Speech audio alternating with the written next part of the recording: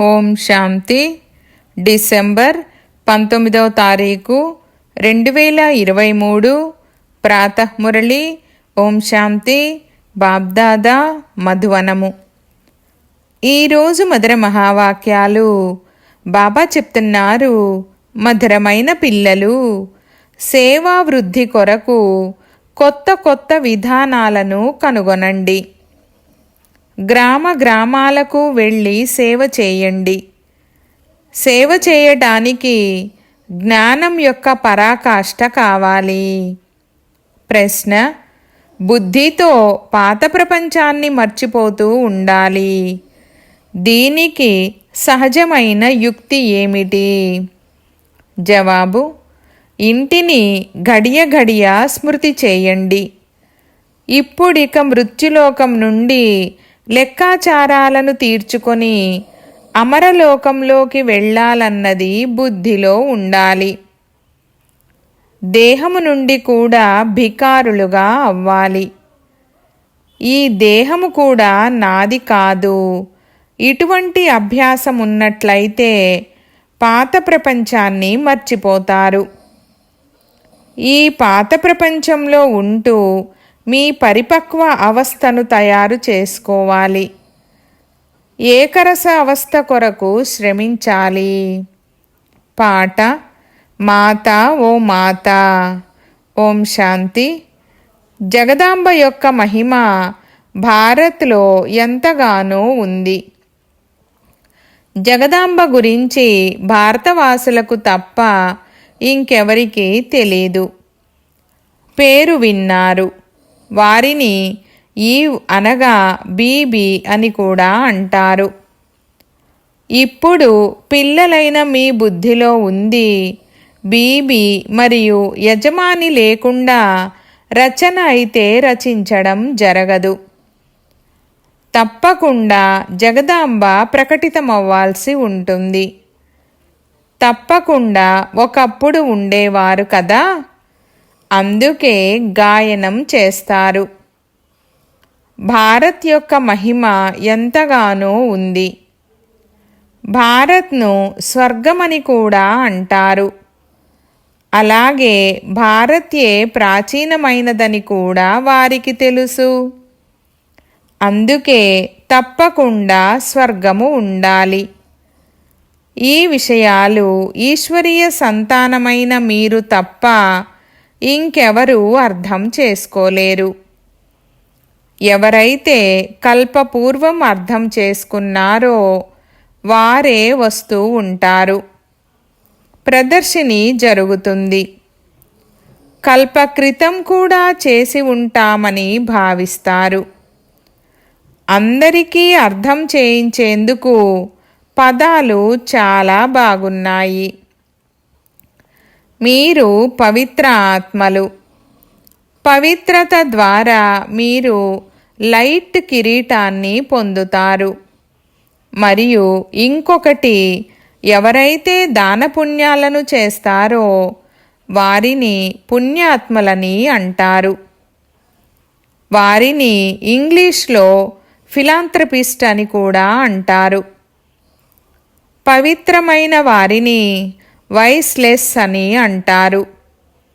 అవి వేర్వేరు పదాలు. భారత్లో దానపుణ్యాలు ఎంతగానో జరుగుతాయి. కానీ తరచుగా గురువులకు దానం చేస్తారు. అయితే వారిని పవిత్ర ఆత్మలని అనవచ్చు, కానీ పుణ్యాత్మలని అనలేరు. వారు దానపుణ్యాలను చేయరు. వారు దానపుణ్యాలను తీసుకుంటారు. కావున వీరందరి నుండి బుద్ధియోగం తెగిపోయి తండ్రితో జోడింపబడాలి. దీని కొరకు తండ్రి అర్థం చేయించవలసి ఉంటుంది. ఇది కరెక్ట్ కాదు, వీరందరి ఉద్ధరణ నేను చేస్తాను అని. మీరు జ్ఞానసాగరుని నుండి వెలువడిన జ్ఞానగంగలు. వాస్తవానికి గంగా అన్న పదము రైట్ కాదు. కానీ గాయనం కొనసాగుతూ వస్తుంది. అందుకే పోల్చడం జరుగుతుంది. తండ్రి వచ్చి పాత ప్రపంచపు పాత వస్తువులన్నింటినీ కొత్తగా తయారు చేస్తారు. స్వర్గం అనేది కొత్తది. కొత్త దాని గురించిన సమాచారము తండ్రికి తెలుసు, ప్రపంచానికి తెలీదు. భగవానువాచ ఉంది. కానీ గీతలో శ్రీకృష్ణుడి పేరు వేయడంతో అందరి బుద్ధియోగం తెగిపోయింది. అందుకే సర్వవ్యాపి అని అనేశారు. శ్రీకృష్ణునితో అనేకుల బుద్ధియోగము ఉంది. ఎక్కడెక్కడైతే గీతకు గౌరవం ఉంటుందో అక్కడ శ్రీకృష్ణునికి గౌరవం ఉన్నట్లు. వాస్తవానికి తండ్రి మహిమ యొక్క టోపీ బిడ్డపైకి వచ్చేసింది. ఇది కూడా డ్రామాలో రచింపబడి ఉంది. ఈ విషయాలను తండ్రి వచ్చి అర్థం చేయిస్తారు. బాబా పదే పదే అర్థం చేయిస్తారు. ఎవరైనా వచ్చినప్పుడు వీరితో మీ సంబంధమేమిటని ప్రతి ఒక్కరిని అడగండి. బాబా మంచి ప్రశ్నావళిని తయారు చేశారు. సేవ అయితే చాలా బాగా జరగగలదు. సేవ అనేది జగదాంబ మందిరంలో చాలా బాగా జరగగలదు. అక్కడికి వెళ్ళి వీరు జగదాంబ సృష్టిని రచించే మాత అని అర్థం చేయించండి. వారు ఏ ప్రపంచాన్ని రచిస్తారు? తప్పకుండా కొత్త ప్రపంచాన్నే రచిస్తారు. అచ్చా, ఈ మాతకు తండ్రి ఎవరు? ఆమెకు జన్మ ఎవరిచ్చారు?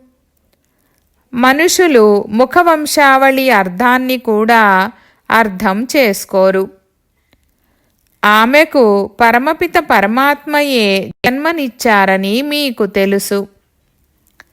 పిల్లలైన మీరే అర్థం చేయించవలసి ఉంటుంది. జగదాంబ ముఖవంశావళి, కానీ ఎలా? పరమపిత పరమాత్మ అయితే నిరాకారుడు. బ్రహ్మ తనువు ద్వారా అని అర్థం చేయించడం జరుగుతుంది. ఏ విధంగా పరమపిత పరమాత్మ వచ్చి ఈ బ్రహ్మను దత్తత తీసుకున్నారో అలాగే ఈ కూతుర్ని కూడా దత్తత తీసుకున్నారు. ఈ విషయాలు అందరి బుద్ధిలో స్థిరంగా నిలవవు. పదే పదే మర్చిపోతారు. పిల్లలు ఎంతో సేవ చేయవచ్చు. జగదాంబ మందిరంలో పరిచయాన్ని ఇవ్వాలి. తద్వారా వారి బుద్ధియోగము కూడా తండ్రితో జోడింపబడుతుంది. జగదాంబ కూడా వారితో యోగాన్ని జోడిస్తారు. కావున మనం కూడా వారితో యోగాన్ని జోడించాలి. కింద జగదాంబ తపస్సులో కూర్చున్నారు. వారి మందిరము పైన ఉంది. కింద రాజయోగ తపస్సును చేస్తున్నారు. మళ్ళీ సత్యయుగంలో రాజరాజేశ్వరిగా స్వర్గాధిపతిగా అయ్యారు. ఇప్పుడిది కలియుగము. మళ్ళీ ఎప్పుడైతే తపస్సులో కూర్చుంటారో అప్పుడే స్వర్గాధిపతిగా అవుతారు కదా. మీ బుద్ధిలో ఈ జ్ఞానమంతా ఉండాలి. ఈ సత్యమైన సలహాను మనుషులకు ఇవ్వడం జరుగుతుంది. మీరు ప్రతి ఒక్కరి పరిచయాన్ని ఇస్తారు. కానీ అందరి బుద్ధిలోనూ అంత త్వరగా ఏమీ కూర్చోదు. ఎప్పుడైతే సేవలో నిమగ్నమవుతారో అప్పుడు బుద్ధిలో కూర్చుంటుంది. చిత్రాలు కూడా చాలా బాగా తయారై ఉన్నాయి. లక్ష్మీనారాయణల మందిరాలకు వెళ్ళి అర్థం చేయించవచ్చు. బాబా అంటారు, నా భక్తులకు వినిపించండి. భక్తులు తప్పకుండా మందిరాలలోనే లభిస్తారు. వారికి ప్రేమగా అర్థం చేయించండి. ఈ లక్ష్మీనారాయణుల చిత్రాలేవైతే ఉన్నాయో వారు స్వర్గాధిపతులుగా ఉండేవారని వారి గురించి అందరూ అంటారు. అచ్చా, మరిప్పుడు ఇది ఏమిటి? తప్పకుండా కలియుగమని అంటారు.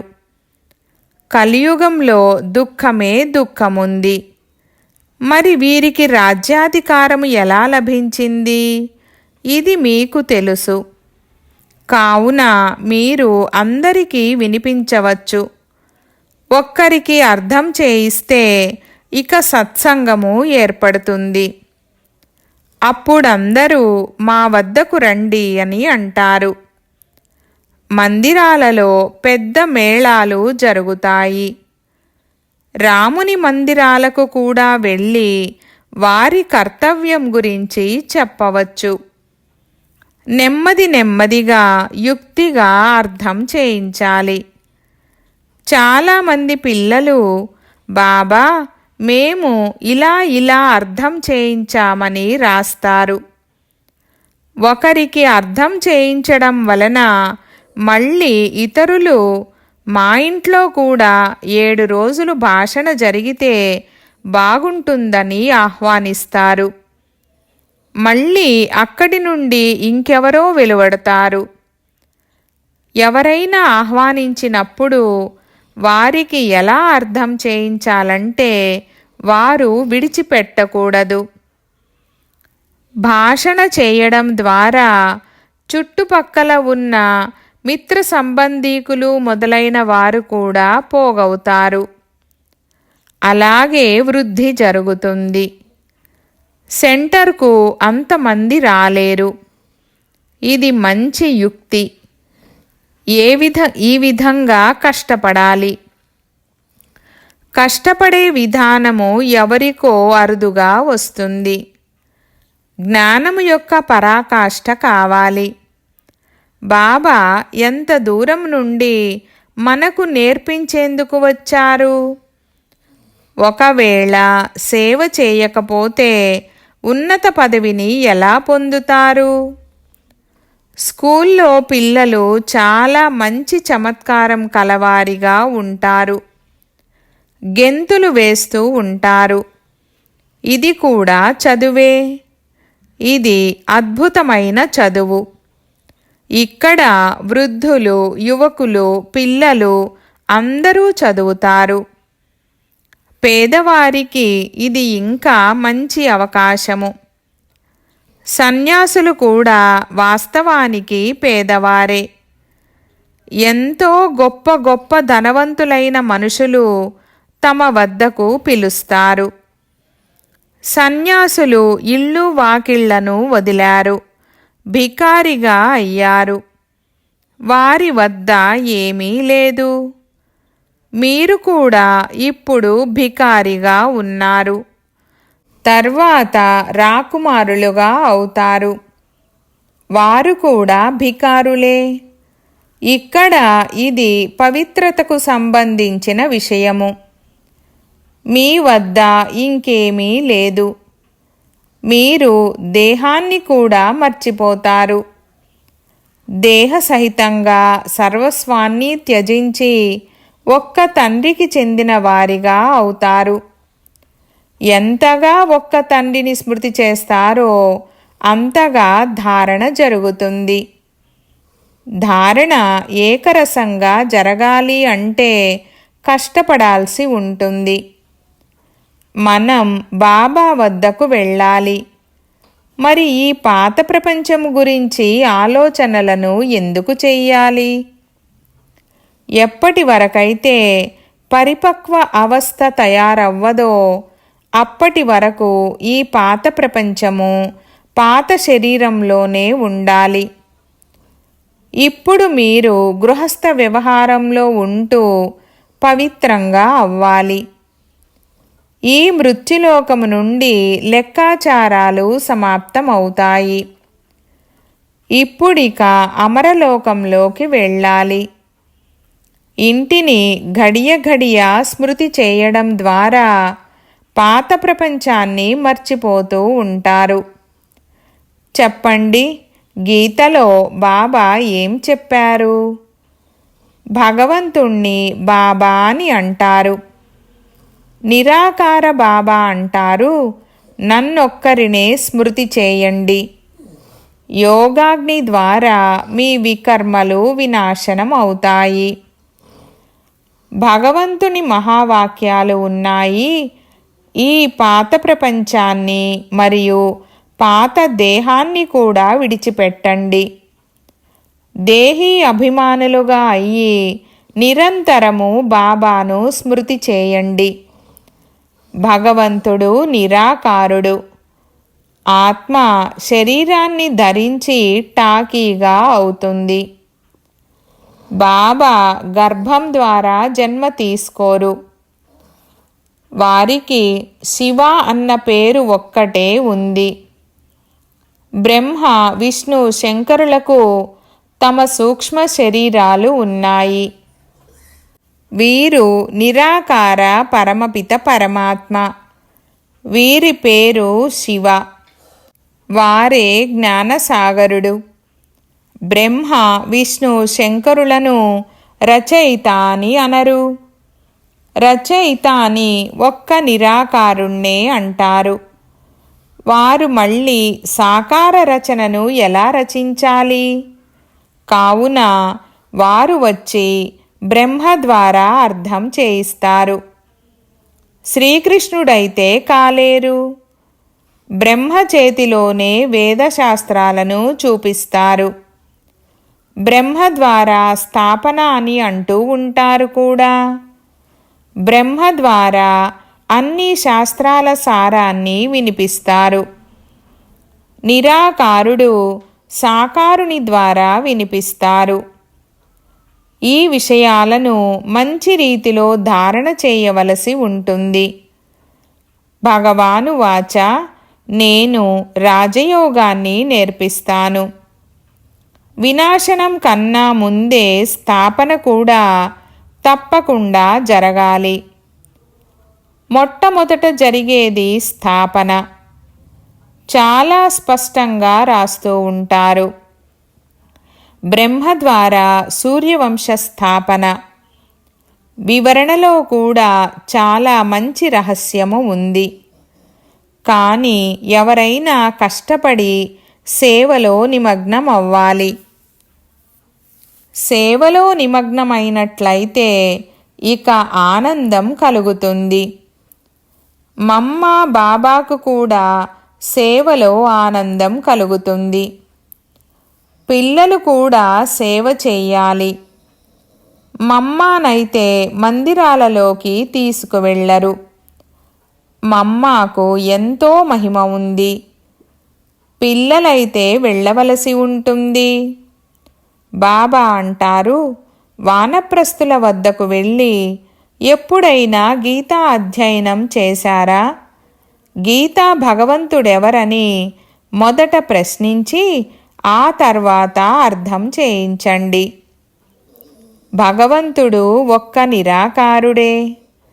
సాకారుణ్ణి భగవంతుడని అనరు. భగవంతుడు ఒక్కరే. ఇందులో సేవకు సంబంధించి విచారసాగర మంథనము ఎంతగానో జరగాలి. ప్రాక్టీస్ చేయాలనుకుంటే బయటకు వెళ్ళి ట్రయల్ వెయ్యాలి. జగదాంబను దర్శించుకునేందుకు రోజూ వస్తారు. త్రివేణి వద్దకు కూడా మనుషులు ఎంతగానో వెళ్తారు. అక్కడికి కూడా వెళ్ళి సేవ చేసినట్లయితే, భాషణ చేసినట్లయితే ఎంతోమంది పోగవుతారు. మా వద్దకు వచ్చి సత్సంగము చేయండని ఆహ్వానిస్తూ ఉంటారు. బాబా మమ్మ ఎక్కడికి వెళ్ళలేరు. పిల్లలు వెళ్ళగలరు.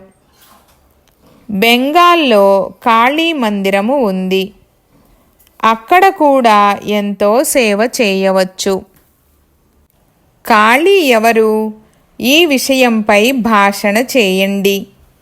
కానీ ధైర్యం కావాలి. ఎవరు అర్థం చేయించగలరనేది బాబాకు తెలుసు. ఎవరిలోనైతే దేహ అభిమానం ఉంటుందో వారేం సేవ చెయ్యగలరు? సేవ రుజువును ఇవ్వరు. సేవను ఒకవేళ పూర్తిగా చెయ్యకపోతే పేరును అప్రతిష్ట పాలు చేస్తారు. యోగిలో శక్తి చాలా ఉంటుంది. అర్థం చేయించేందుకు ఎన్నో పాయింట్లు ఇస్తూ ఉంటారు. కానీ మంచి మంచి మహారథులు కూడా మర్చిపోతారు. సేవ అయితే ఎంతో ఉంది. దీనిని అనంతమైన సేవ అని అంటారు. వారు గౌరవాన్ని కూడా ఎంతో పొందుతారు. ముఖ్యమైనది పవిత్రతకు సంబంధించిన విషయము. నడుస్తూ నడుస్తూ పడిపోతారు. లౌకిక తండ్రి నుండి ఎప్పుడు ఎవ్వరికీ నిశ్చయం తెగదు. ఇక్కడ బాబా వద్ద జన్మ తీసుకుంటారు. మళ్ళీ ఇటువంటి తండ్రిని గడియ గడియ మర్చిపోతారు. ఎందుకంటే వీరు విచిత్రుడు. ఈ తండ్రికి చిత్రము లేదు. తండ్రి అంటారు, నన్ను స్మృతి చేయండి మరియు మీరు పవిత్రంగా అవ్వండి. అప్పుడు నా వద్దకు వచ్చేస్తారు. నేనే 84 జన్మల పాత్రను అభినయించానని ఆత్మ భావిస్తుంది. ఆత్మలో పాత్ర నిశ్చయింపబడి ఉంది. శరీరంలో పాత్ర ఏమైనా ఉందా? ఇంత చిన్నని ఆత్మలో ఎంత గొప్ప పాత్ర ఉంది. బుద్ధిలో ఈ నశ ఎంతగా ఉండాలి. వ్యవహారంతో పాటు ఈ సేవ కూడా చేయవచ్చు. మాతాపితలైతే ఎక్కడికి వెళ్ళరు. పిల్లలు ఎక్కడికైనా వెళ్ళి సేవ చేయవచ్చు. పిల్లలనే లక్కీ సితారలని అంటారు. అచ్చా, మీఠే మీఠే సికీలధే బచ్చోं ప్రతి मात पिता बाप दादा का याद प्यार और गुड मॉर्निंग। रूहानी बाप की रूहानी बच्चों को नमस्ते। हम रूहानी बच्चों की रूहानी बाप दादा को याद प्यार गुड मॉर्निंग और నమస్తే నమస్తే బాబా నమస్తే. ధారణ కొరకు ముఖ్య సారము. 1వ పాయింట్, దేహాభిమానాన్ని వదిలి సేవ చెయ్యాలి. విచార సాగర మంథనము చేసి అనంతమైన సేవకు రుజువునివ్వాలి. 2వ పాయింట్, ఈ మృత్యులోకం నుండి పాత లెక్కాచారాలన్నింటినీ సమాప్తం చేసుకోవాలి. పాత దేహము మరియు పాత ప్రపంచాన్ని బుద్ధితో మర్చిపోతూ ఉండాలి. వరదానము: ఒక్కరి స్మృతి ద్వారా ఏకరస స్థితిని తయారు చేసుకునే ఉన్నత పదవికి అధికారి భవ. వివరణ: ఏకరస స్థితిని తయారు చేసుకునేందుకు సదా ఒక్కరి స్మృతిలోనే స్థితులవ్వండి. ఒకవేళ ఒక్కరికి బదులుగా ఇంకెవరైనా గుర్తుకొచ్చినట్లయితే ఏకరస స్థితికి బదులుగా బహురస స్థితి ఏర్పడుతుంది. ఏ సమయంలోనైతే ఇతర రసాలు ఆకర్షిస్తాయో అదే సమయంలో మీ అంతిమ స్థితి వచ్చినట్లయితే ఉన్నత పదవి లభించదు. అందుకే ప్రతి సెకండు అటెన్షన్ పెట్టండి. సదా ఒక్కటి అన్న పాఠము పక్కాగా ఉండాలి. ఒక్క తండ్రి, ఒకే సంగమ సమయము ఉంది మరియు ఏకరస స్థితిలో ఉండాలి. అప్పుడు ఉన్నత పదవికి అధికారము లభిస్తుంది. స్లోగన్: శుద్ధ సంకల్పాల భోజనాన్ని స్వీకరించే వారే సత్యాతి సత్యమైన వైష్ణవులు. ఓం శాంతి.